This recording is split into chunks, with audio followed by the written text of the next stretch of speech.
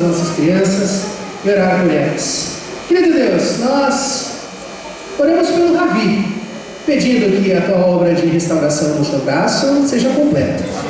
E pedimos pelas nossas crianças, a fim de que o Senhor as guarde no seu crescimento, estejam firmes na tua casa, felizes em estar vivas, alegres e vivendo para ti. Fala aos corações delas, dá sabedoria às professoras e aos seus pais, a nós como igreja, para conduzi-las no teu caminho. Nós as abençoamos em nome de Jesus. Amém.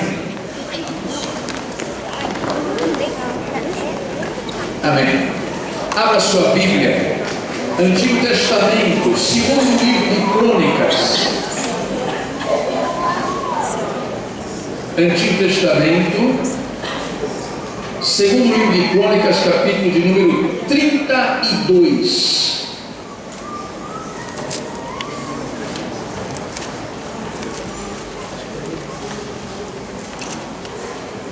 Depois do livro de Reis, antes de Esdras, Neemias, chegamos em 2 Crônicas, capítulo de número 32. Vamos ler o verso 24 e 25 primeiro. Naqueles dias, adoeceu Ezequias mortalmente. Então orou ao Senhor, que lhe falou e lhe deu um sinal. Mas não correspondeu Ezequias aos benefícios que lhe foram feitos, pois o seu coração se exaltou, pelo que houve ira contra ele e contra Judá e Jerusalém. Agora vá ao verso 31. Verso 31.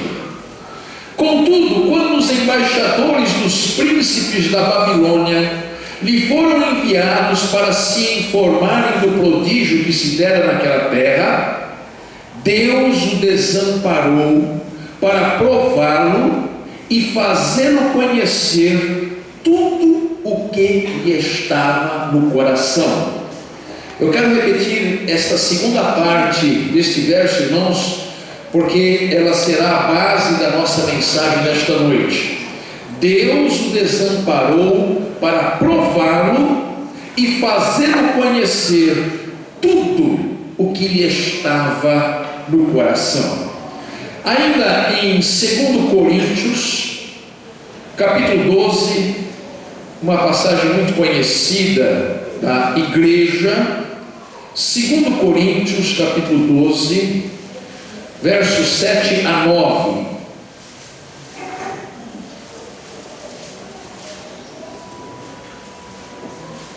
2 Coríntios 12, versos 7 a 9. E para que não me ensoberbecesse com a grandeza das revelações, foi-me posto um espinho na carne, mensageiro de Satanás, para me esbofetear, a fim de que não me exalte. Por causa disto, 3 vezes pedi ao Senhor que o afastasse de mim. Então ele me disse: a minha graça te basta, porque o poder se aperfeiçoa na fraqueza. De boa vontade, pois, mais me gloriarei nas fraquezas, para que sobre mim repouse o poder de Cristo. Amém. Amados, amadas, você que tem orado, você que tem pedido coisas a Deus, você que tem colocado diante do altar de Deus suas orações, esperando e confiando que o Senhor haverá de respondê-las.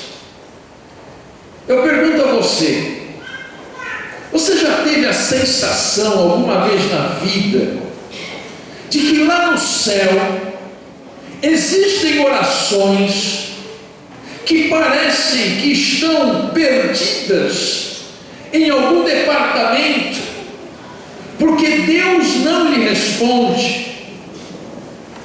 Você tem percebido que há certos pedidos que fazemos ao Senhor, pedidos esses tão sinceros, tão justificáveis, que nós ficamos pasmos, porque Deus ainda não nos concedeu aquilo que lhe apresentamos.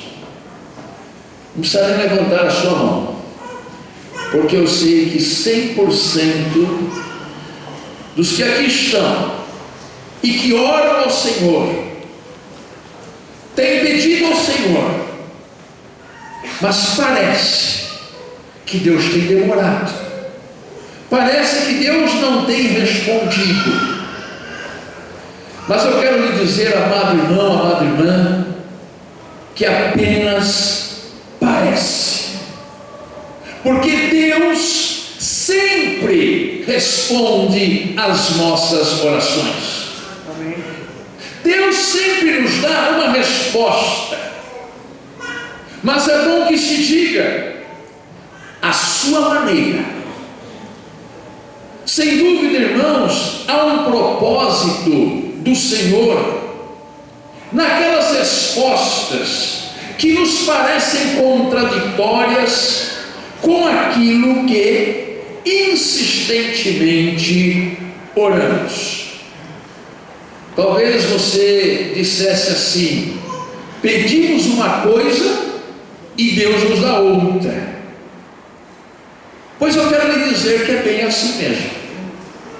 Quantas vezes pedimos a Deus mais paciência, pedimos a Deus uma longanimidade maior, pedimos a Deus uma capacidade de suportar melhor as provações e as privações, e o que recebemos? Uma dificuldade inesperada, um longo período sem recursos financeiros, um problema de saúde que lhe aparece, coisa que até então você não tinha. Porventura, Deus não nos ouviu naquilo que lhe pedimos?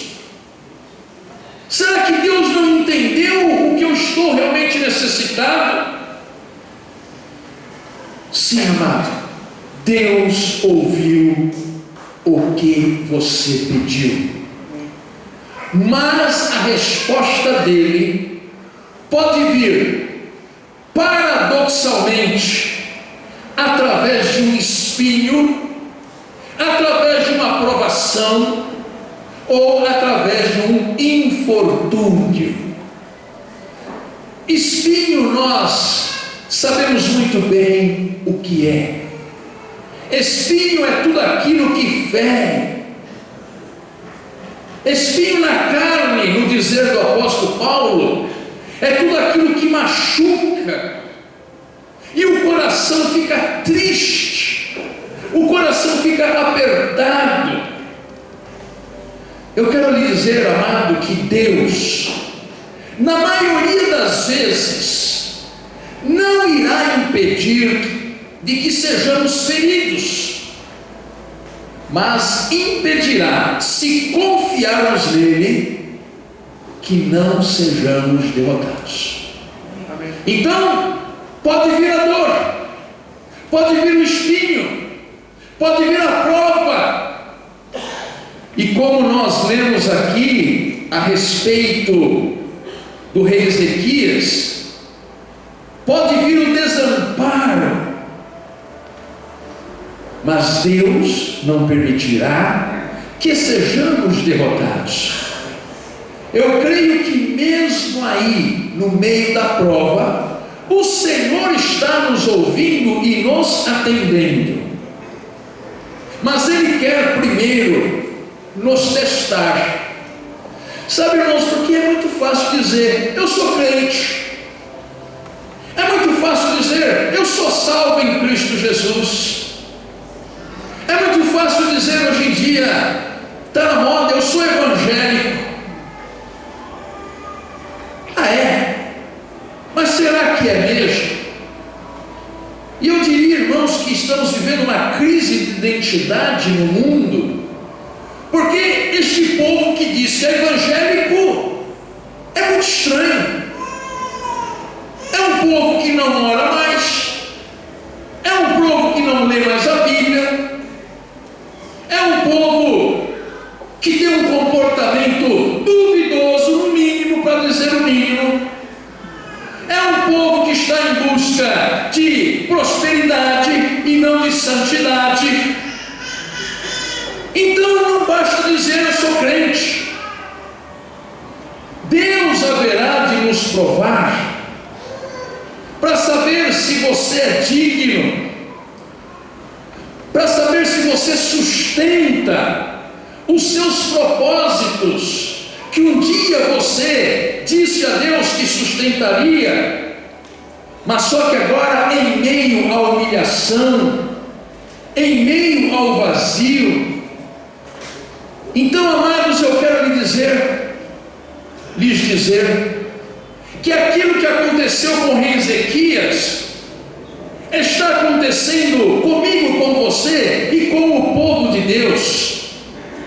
De repente, na nossa história, na nossa caminhada, Deus pode fazer isto que fez com Ezequias. O que é? Deus o desamparou para prová-lo e fazê-lo conhecer tudo que lhe estava no coração.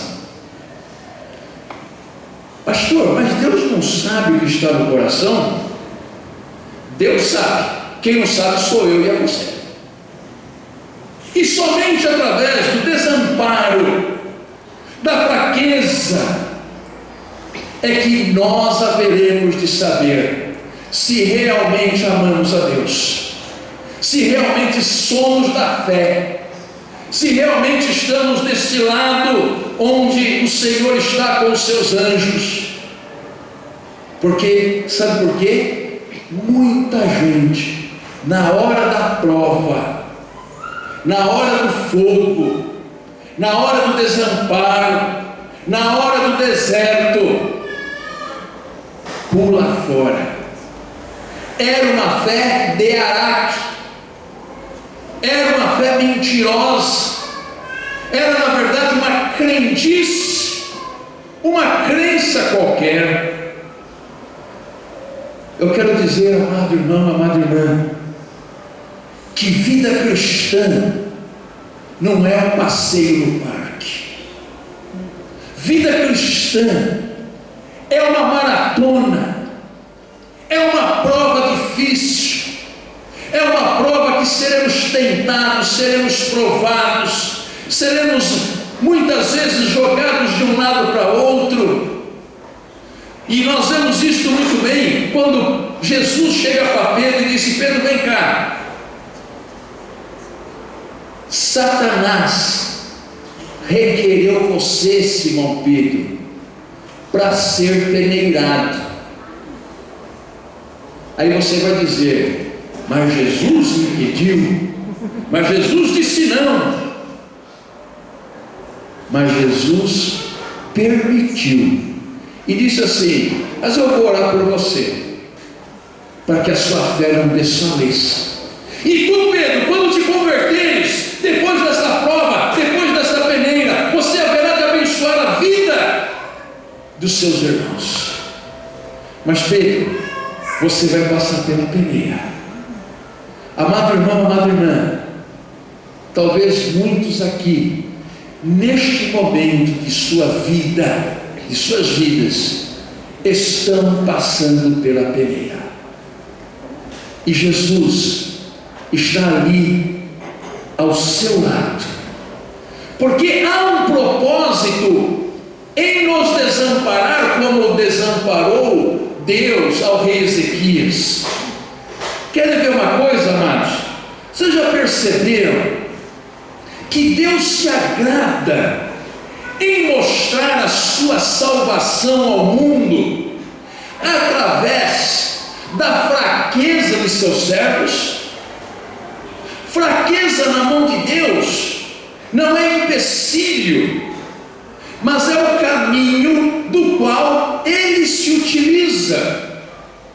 Porque essas fraquezas, amados, resultam num senso de insuficiência muito grande. E quem é fraco, quem sente-se fraco, precisa de Deus para ser sustentado. Quando Paulo orou para que lhe fosse tirado o espinho da carne, que o humilhava, que o debilitava, Deus não atendeu. Não atendeu da forma que Paulo queria, que era tirar o espinho. Mas Deus diz assim: através da sua fraqueza, Paulo, você será um apóstolo que sempre dependerá de mim, e você haverá de realizar o seu apostolado, o seu ministério, confiando tão somente na força que eu tenho. E aí Paulo diz: Senhor, entendi o recado. É na minha fraqueza que a tua força, Senhor, haverá de exercer o meu ministério. Sempre me fascinou, irmãos, o fato de que quando Deus precisa de alguém para realizar a sua obra, a sua escolha recai naqueles que demonstram alguma forma de fraqueza. Seja Moisés, chamado para liderar um povo, ele reconhecia-se tímido e com dificuldades de falar em público. E é interessante que Deus, que tem todo o poder do mundo, não o curou da sua língua presa ou da sua gagueira, mas ele fala: eu vou mandar Arão, seu irmão, ele vai estar com você, ele vai ser a sua boca, mas você vai continuar com a língua presa. Ou seja, fraqueza na mão de Deus não é impedimento. Também Deus, quando chama o profeta Jeremias, ele se achava imaturo, criança demais. Porém Deus diz: eu quero você imaturo mesmo e criança mesmo. Vem cá, Jeremias. Quando Deus chama Gideão para livrar o povo de Israel da mão dos midianitas, que todos os anos iam lá e roubavam toda a colheita de trigo, Gideão até leva um susto. Ele fala assim: mas eu sou da menor tribo de Israel, tinha 12, a dele era a menor.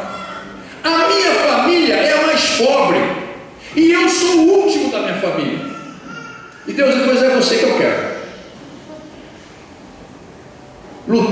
Martinho Lutero, era um homem atormentado por conflitos. Agostinho também. E o pastor da igreja, coitado dele, depois de 7 anos, a igreja já conhece muito bem as suas inúmeras deficiências, fora aquelas que vocês não sabem. É por isso que eu digo: se forem se reunir para falar mal do pastor, me chama, que eu sei muitas coisas a respeito dele. Mas Deus conhece, e mesmo assim quis me chamar, porque Deus chama aqueles que são os menores, aqueles que não têm nada a oferecer, aqueles que reconhecem-se incapazes. Então Deus diz: eu farei de você o meu servo, um homem de Deus, uma mulher de Deus. Quando nós lemos o livro de Hebreus, lá no capítulo 11 de Hebreus, existe uma galeria dos heróis da fé. Ali o autor de Hebreus faz um apanhado dos maiores heróis da fé lá do Antigo Testamento. Ele fala de Abraão, fala de Moisés, fala de Gideão, fala de Sansão, fala de Jefité, homens que pela fé em Deus realizaram proezas, venceram exércitos, saltaram muralhas, andaram em meio ao fogo, homens que a gente pode chamar de heróis. Mas é interessante, irmãos, que antes de terminar o capítulo, o autor de Hebreus também fala de um outro grupo de pessoas, anônimas, porque não é mencionado nenhum nome, pessoas que foram aos olhos do mundo perdedoras, e diz lá, pessoas que foram apedrejadas, afligidas, provadas, maltratadas, cerradas ao meio, mortas ao fio da espada. É interessante, o capítulo começa falando de gente que pela fé venceu, e termina o capítulo falando que pela fé sofreu. E se você faz parte deste grupo, significa que a sua vida ela será marcada por lutas, por lágrimas, por cicatrizes e quem sabe algumas perdas. E ainda assim você haverá de glorificar a Deus em sua existência, apesar de tudo. Amém. Percebe, amados? Você faz parte dessa galeria de heróis da fé, mas não porque foi um grande vencedor, mas é porque tem sido fiel no seu dia a dia, tem suportado as suas lutas, as suas dores com esperança, com confiança, e apesar disto, não abandonou a casa do Senhor, porque considera Deus fiel, tem vindo, tem orado, tem louvado e tem sido testemunho de Deus na vida de muitas pessoas. Algumas vezes, irmãos, ganharemos, outras poderemos ser derrotados em algumas batalhas da nossa vida, mas a verdadeira fé nos levará a glorificar a Deus também nos reveses. Deus deseja ser glorificado em minha vida e em sua vida. Amém. Quer você seja um grande vitorioso, quer você esteja sofrendo uma luta muito grande. Rubem Alves, conhecido escritor, ele escreveu um livro cujo título é Ostra Feliz Não Faz Pérola.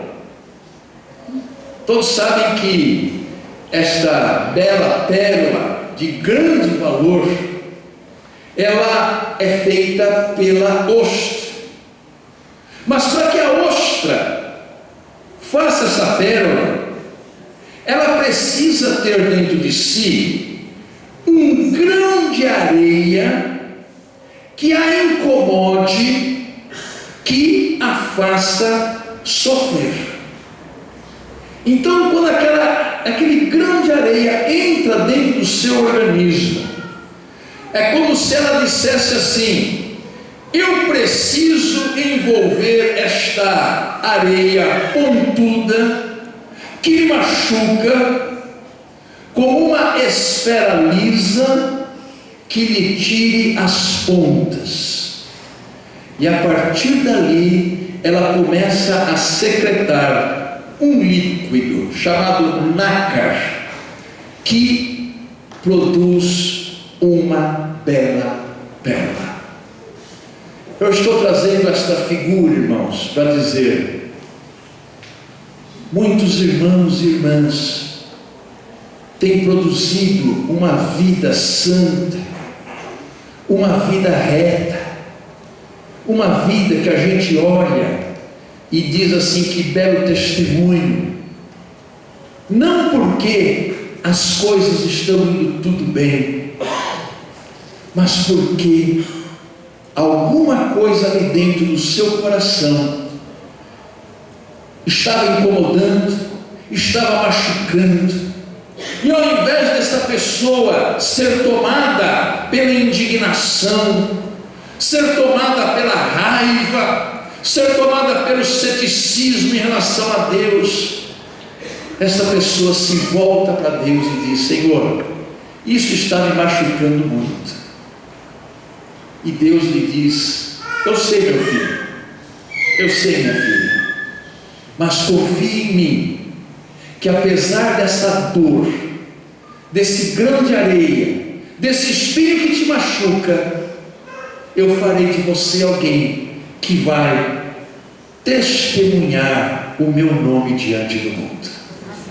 Por isso, amados irmãos e irmãs, Deus está nos ensinando a viver. Deus está nos ensinando a suplantar os traumas, a suplantar os conflitos. E quantos conflitos você tem vivido ultimamente? Deus está nos ensinando a suplantar os fracassos e toda espécie de mazela que quer se instalar em nossa mente e em nossa alma. Com Deus na nossa vida, aquilo que faz mal, ao invés de nos destruir, nós transformaremos em coisas boas, nós transformaremos em bênçãos e vamos produzir belas pérolas nesta vida, para a honra e para a glória do nosso Senhor. Que Deus nos abençoe. E que, se você se sentir desamparado, provado, peneirado, que você não perca a sua fé, que você não perca o seu amor, que você não perca a paciência e longanimidade para suportar. Deus está produzindo pérolas em sua vida. Louvemos ao Senhor. Coloque-se em pé.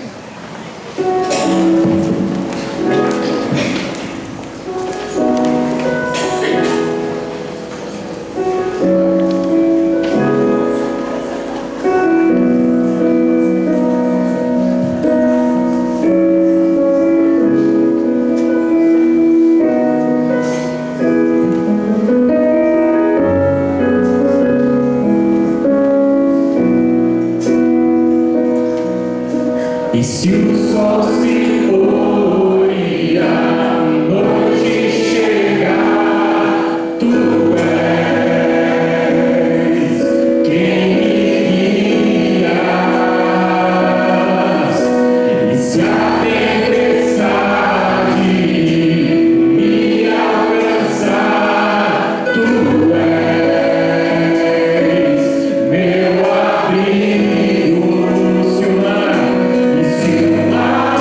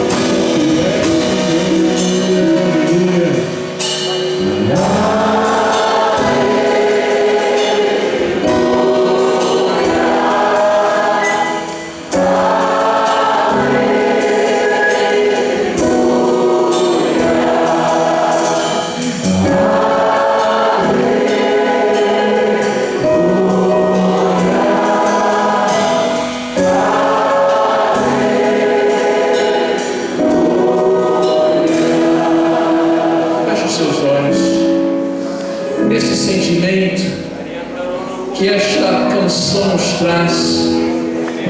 Você que está enfrentando lutas, você que não tem sido compreendido, você que tem enfrentado dores, doenças, enfermidades, injustiças, saiba que a sua causa está diante do Senhor. Saiba que as suas orações, desde o primeiro dia que você passou a clamar a Deus, as suas orações foram ouvidas. E que o Senhor, desde o princípio, desejou fazer de você um vaso para a honra. Você tem sido sim peneirado, você tem sido sim alvo de espinhos, você tem sido sim alvo de grãos de areia que desejam trazer uma irritação na sua vida, mas em nome de Jesus você haverá de transformar tudo isto em bênção, em uma vida firme. Você não será derrotado pelo espinho, não será derrotado pelo grão de areia, não será derrotado pela peneira, porque você é do Senhor. Portanto, amado irmão e amada irmã, nesta noite, entenda o recado que Deus lhe trouxe, entenda a mensagem que foi lhe passada. O Senhor é contigo por onde quer que andares. O Senhor não te esqueceu de ti, o Senhor não te desamparou, o Senhor não te deixou sozinho pelo deserto, e o Senhor não soltou a sua mão, Ele continua firme ao teu lado. Então somente ore, confie e louve o nome dEle, dando-lhe ação de graças por tudo que Ele tem feito em sua vida. Nós oramos em nome de Jesus. Amém. Podeis assentar, amados irmãos e irmãs.